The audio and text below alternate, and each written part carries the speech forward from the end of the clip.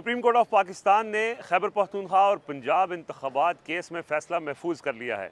आज जब समाअत शुरू हुई तो चीफ जस्टिस ऑफ पाकिस्तान ने सियासी जमातों की जानिब से जो एलामिया जारी किया गया था उसके हवाले से गुफ्तगू की और ये कहा, वकील से पूछा कि क्या आप इस कार्रवाई का हिस्सा हैं, क्योंकि हमें मीडिया के ज़रिए ये मालूम हुआ है कि हुकूमत ने अदालत पर अदम एतमाद कर दिया है और अगर अदम एतमाद किया है तो उनके जो वकला हैं वो दलाइल नहीं दे सकते।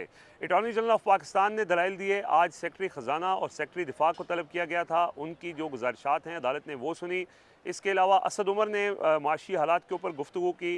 अटॉर्नी जनरल ने ज़्यादातर दलाइल चीफ जस्टिस ऑफ पाकिस्तान की अदालत में इसके ऊपर दिए कि जो फ़ैसला था 1 मार्च का वो 4-3 का था या 3-2 का था। तो इस पर जस्टिस मुनीब अख्तर ने वजाहत की। उन्होंने कहा कि अगर 4-3 का मामला देखना है तो ये फिर 9 रुकनी बेंच फ़ैसला करेगा या जो दोबारा कॉन्स्टिट्यूट हुआ था 5 रुकनी बेंच उसने फ़ैसला करना है। उसके बाद जब सेक्रेटरी दिफा रोस्टम पर आए तो उन्होंने सिक्योरिटी हालात के हवाले से उनसे सवाल पूछे गए तो उन्होंने कहा कि सिक्योरिटी के हालात ठीक नहीं है। कुछ चीज़ें ऐसी हैं जो वो इन कैमरा बताना चाहते हैं, ओपन कोर्ट में नहीं बताना चाहते। तो चीफ जस्टिस ने ये कहा कि वो तहरीरी तौर पर लिख कर बता दें, अदालत उनका जायज़ा लेगी और उसके बाद ज़रूरत पड़ी तो इन कैमरा उसकी समाअत कर ली जाएगी।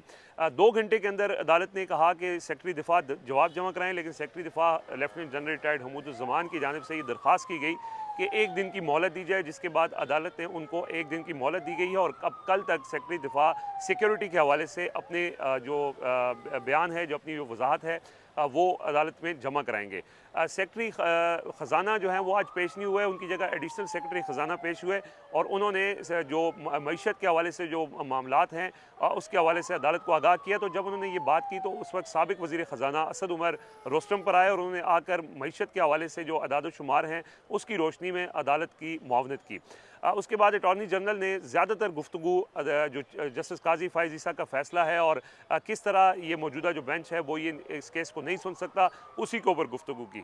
और उसके बाद जब सियासी जमातों के वकील आए अकरम शेख और फ़ारूक एच नाइक, तो अदालत ने उनको सुनने से इनकार कर दिया और ये कहा कि जब सियासी जमातों को अदालत के ऊपर एतमाद ही नहीं है तो हम ये सुन नहीं सकते। और उसके बाद अदालत ने फ़ैसला महफूज किया और साथ ही चीफ जस्टिस ने कुछ अहम रिमार्क्स दिए। उन्होंने ये कहा कि इस वक्त जो मुल्क की माहौल है, हमने ऑप्शन दिया था मुज़ाकरात का कि सियासी तौर पर कोई मसले का हल निकाला जाए, लेकिन हुकूमत ने इसके ऊपर कोई जवाब नहीं दिया और कोई संजीदगी नहीं दिखाई। साथ साथ उन्होंने ये कहा कि जो हुकूमती वकला हैं, जो अटॉर्नी जनरल हैं, अब वो इस नुक्ते पर अदालत को मुतमिन नहीं कर सके कि इलेक्शन की तारीख आगे करने का इख्तियार इलेक्शन कमीशन के पास है या नहीं, या इलेक्शन की तारीख आगे कौन करेगा, इलेक्शन की तारीख का तयन कौन करेगा।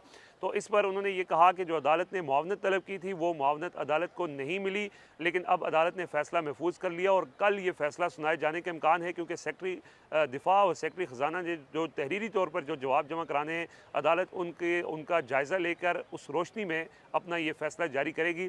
लेकिन आज ये केस मुकम्मल हो गया है, अदालत ने फ़ैसला महफूज कर लिया है और अब कल इस फैसले को सुनाए जाने का इम्कान है।